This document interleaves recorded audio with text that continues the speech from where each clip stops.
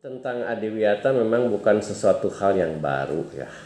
Adiwiyata itu program pemerintah dan akhirnya nanti diberikan penghargaan kepada sekolah-sekolah yang memang sudah sesuai dengan kriteria yang sudah dipesankan di dalam program Adiwiyata sendiri.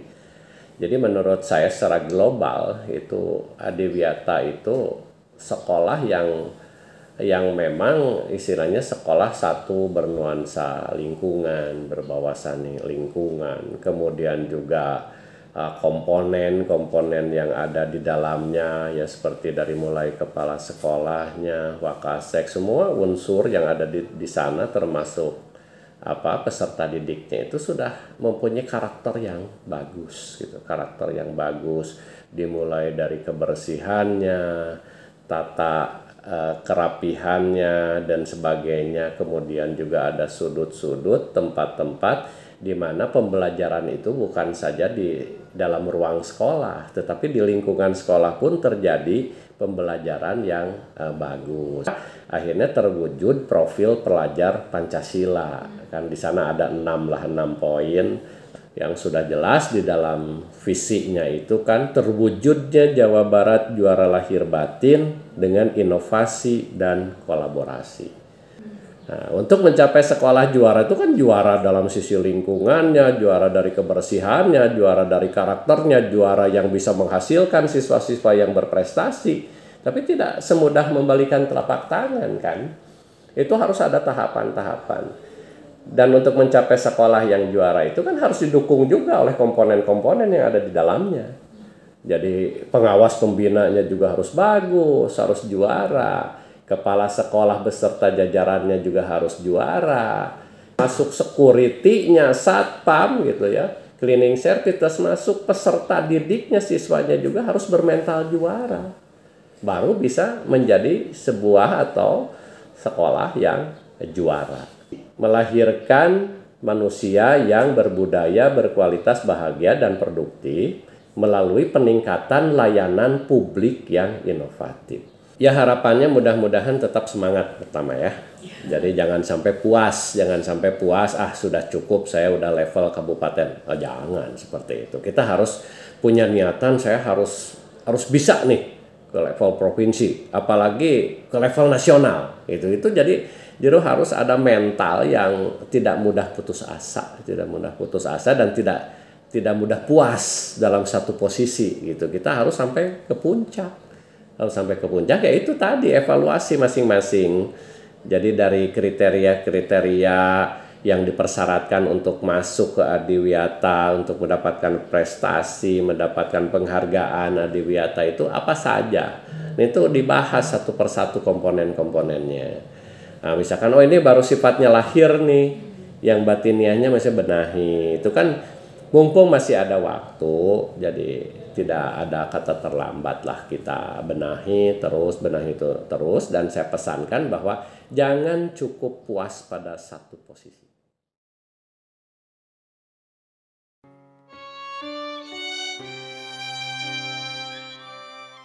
Assalamualaikum warahmatullahi wabarakatuh.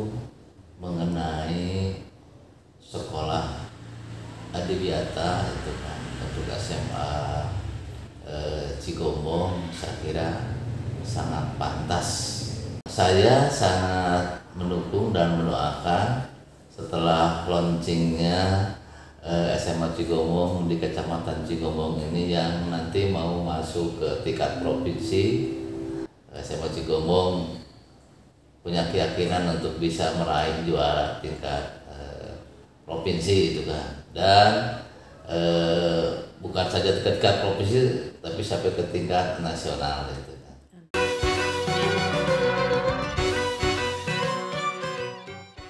Assalamualaikum warahmatullahi wabarakatuh.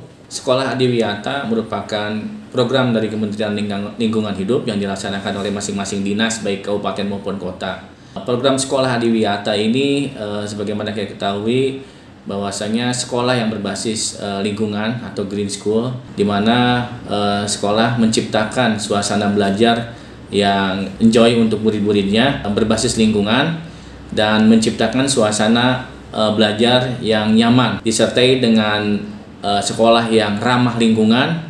Diharapkan juga tidak hanya di sekolah saja yang berbasis lingkungan, tetapi lingkungan di sekitar sekolah, tetangga sekolah pun sama. Di antaranya harus hijau, terus bersih, sehingga menciptakan suasana belajar bagi peserta didik yang nyaman untuk mencapai tujuan dari pembelajaran itu sendiri. Alhamdulillah, saya selaku Camat Cigombong merasa berbangga dengan prestasi yang diraih oleh SMA Negeri Cigombong, mulai predikat yang luar biasa sebagai juara sekolah Adiwiyata tingkat Kabupaten Bogor. Prestasi terus bisa dicapai oleh SMA Negeri 1 Cigombong yang menjadi kebanggaan masyarakat Kecamatan Cigombong dan umumnya Kabupaten Bogor.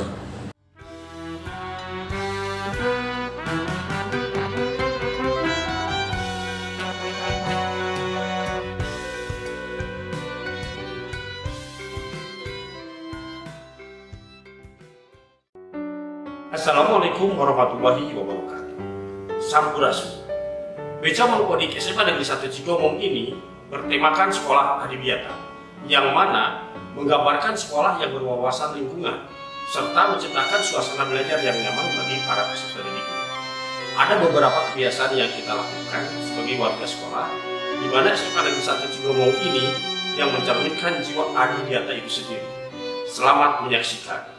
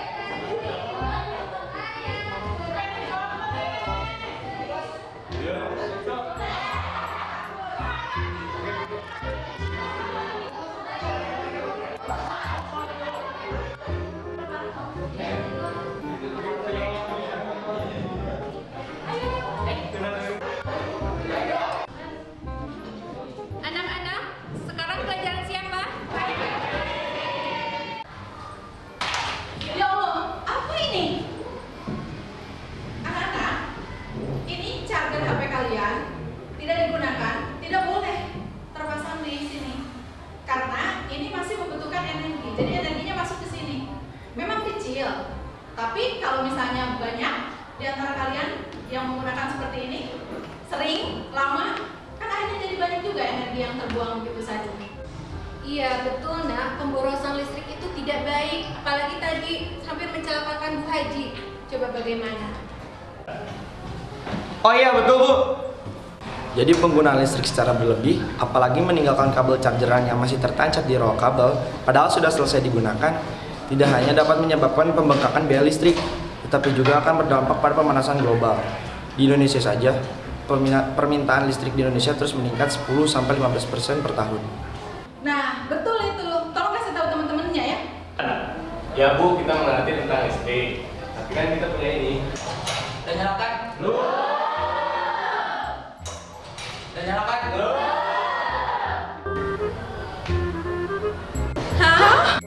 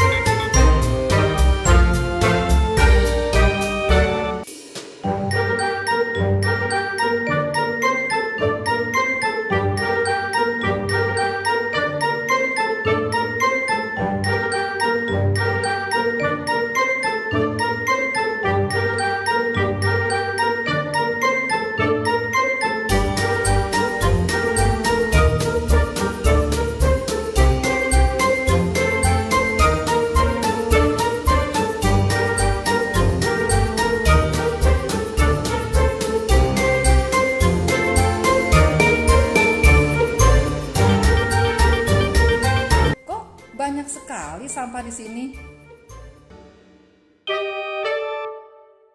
Sini nak.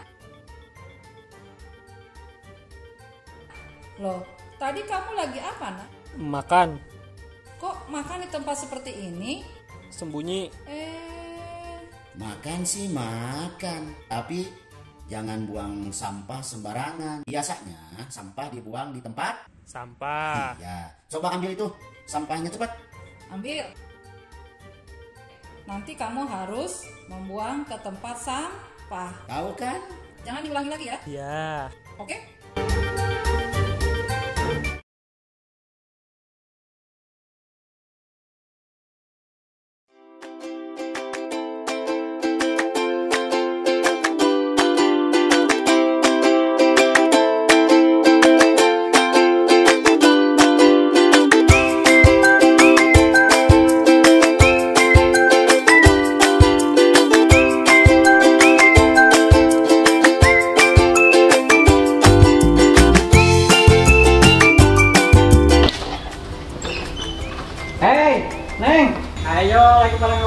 kalian? Membuang sampah, Pak. Ih, sampah apa itu teh? Sampah daun kering. Sampah daun kering. Itu kan ini udah disiapin tempat pembuangan sampah. Jangan di sini. Yuk ikut Bapak yuk. Udah disiapin tempatnya. Ya. Sini. Nah, ini tempat pembuangan sampahnya nih. Tuh ada sampah anorganik. Nah, yang sebelah sini sampah organik. Apa tuh sampah organik? Di antaranya ini nih, yang tadi yang kamu mau buang, rumput, daun kering. Ini tempatnya nih. Tapi nanti sebelum dibuang ke sini, ini daun-daun ini kita akan hancurkan dulu dengan menggunakan mesin. Nah, kenapa harus dihancurkan? Supaya lebih cepat untuk proses fermentasi. Untuk apa sih, Pak? Dalam pembuatan kompos. Oke, paham ya? Jadi kalau mau buang sampah di sini organik, sebenarnya anorganik. Ayo sekarang kita ke tempat mesin pencacah daun kering yang udah dibuat. Ya, gitu ya. Oke, sip.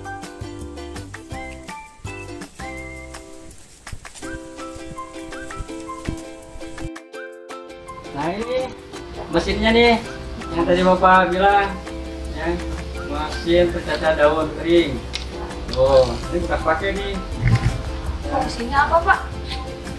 Baik, untuk fungsi dari mesin ini ya, satu, kalau misalkan daun kering ya, untuk pembuatan kompos itu daun yang masih besar-besar kayak kayak ini nih, kayak ini ya, ini harus dihancurkan dulu, masukin ke sini biar hancur. Supaya apa? Nanti pada proses fermentasi itu bisa lebih cepat. Kalau di geografi itu ada pelapukan, tahu pelapukan? Hancur. Jadi kalau dimasukin di sini hancur, maka proses fermentasi untuk pembuatan sampai jadinya kompos itu lebih cepat. Nah, jadi paham ya? Ini mesin pencacah daun kering. Bapak kok itu selatih pakai kayu, nggak boleh di material aja? Oh yang ini? Iya. Ini sengaja nih. Kalau misalkan kita beli di material itu praktis ya, beli aja semuanya. Ini dari bahan bekas, kayu, papan, terus mesinnya juga ini mesin bekas yang direnovasi yang nggak bisa buat itu air ya, pompa air pakai. Kemudian ini mata pisaunya juga dari mata pisau obat rumput yang udah patah, dibawa lagi, dibikin gitu.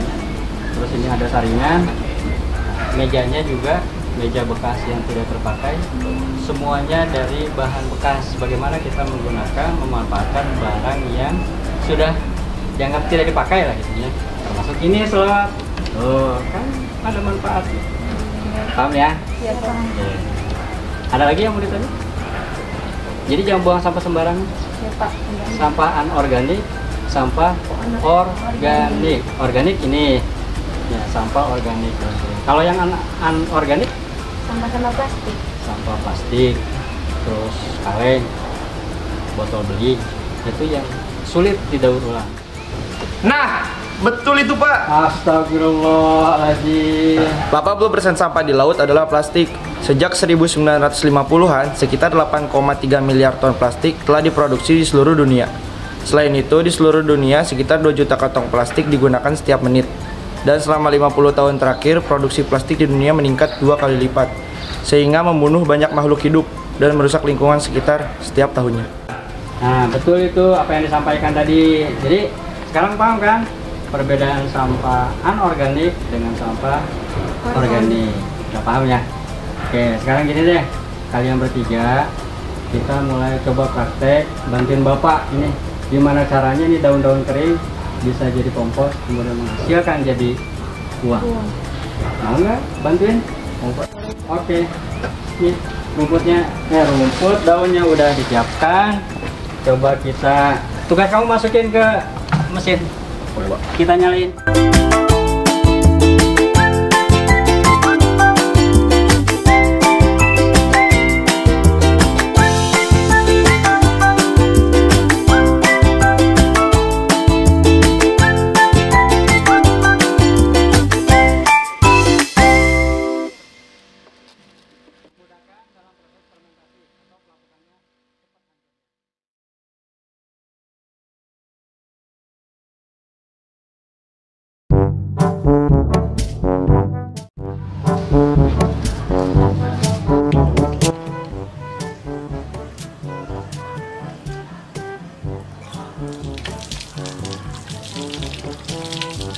Hei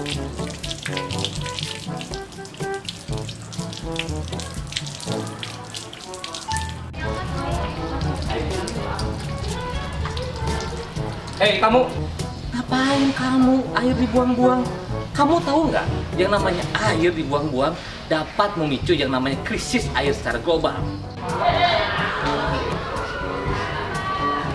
Pemborosan penggunaan air bisa mengakibatkan berkurangnya sumber air yang ada dan akan berdampak sangat buruk saat terjadi musim kemarau. Bahkan sampai mengancam nyawa manusia. Diperkirakan 1,8 juta jiwa meregang nyawa akibat kekurangan air bersih. Maka dari itu, kita harus bijak dalam menggunakan air, karena menghemat air juga akan mengarah pada penghematan energi. Bener tuh apa yang dia bilang. Tapi kan Pak, saya coba cuci tangan. Bukan kamu, tapi mereka tuh.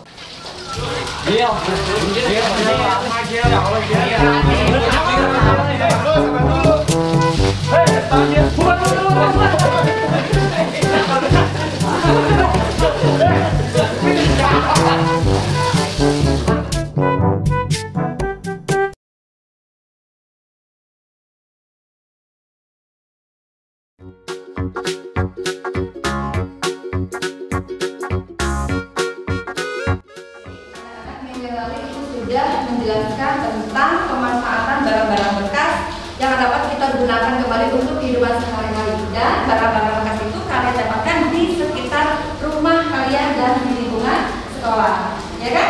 Iya, Bu. Kelompok satu mana hasil karyanya? Ini, Bu. Wah, keren banget. Iya. Apa ini? Saya bikin, dan kelompok saya bikin dari kaleng bekas dan stik es krim. Wah, Mama untuk apa nih? Untuk menaruh aksesoris atau untuk menaruh makanan. Wah, keren banget. Kelompok dua apa, Nas? Ini Bu, Oh ya, apa nih? ini dari sisa semen bekas di rumah. Dari terus ini tempelannya dari ini kertas kado, bisa diguntingin aja bagian bawah. Untuk apa nih? Ini buat pas. Oke, sip. Untuk kelompok tiga mana? Ini, Bu. Waduh, ini apa nih? Buat lampu hiasan yang terbuat dari bahan bekas mebel. Iya, terus bisa juga? Bisa juga. Wih, keren.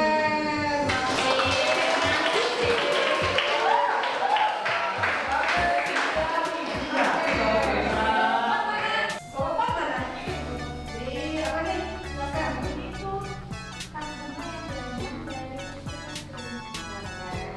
Temennya? Ya. Jadi dua kelompok kecil dua. Mantap. Kelompok lima mana? Ini Bu. Dua? Belum selesai Bu, masih dibuat. Kalian bikin apa? Itu Bu ada di sana. Ayo kita tunjukin. Ayo Bu. Nah, ini loh Bu. Sini Bu, sini. Tuh Bu, tuh. Tuh. Hah? Waduh, nggak gini juga kali. Yo, terus.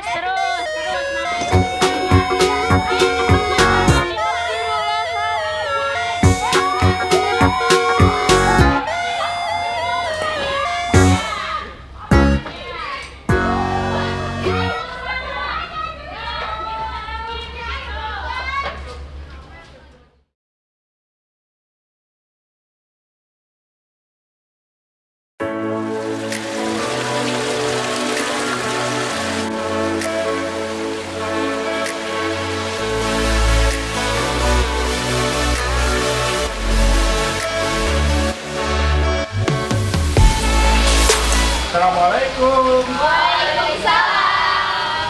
Sedang apa nih? Sedang kelompok Pak. Mata pelajaran apa ini? Biologi, Pak. Oh, biologi. Tentang apa bahasanya? Tentang lingkungan dan tanaman Pak. Oh, bagus sekali. Nah, sekarang bagaimana pendapat kalian tentang sekolah kita sekarang? Sekarang sekolahnya jadi beda banget ya Pak, jadi nyaman banget juga. Apalagi sekarang udah ditambah biopori sama tanaman hidroponik. Ada banyak tanaman baru juga yang diberi nama, jadi kita nggak bingung. Ah, gitu. Nah, ini adalah salah satu program Adiwiyata di sekolah kita. Di mana ini untuk membuat nyaman kalian belajar, baik di dalam kelas maupun di luar kelas. Oke? Oke, Pak. Ya, gitu aja. Selamat belajar. Assalamualaikum warahmatullahi wabarakatuh. Waalaikumsalam warahmatullahi wabarakatuh. Jadi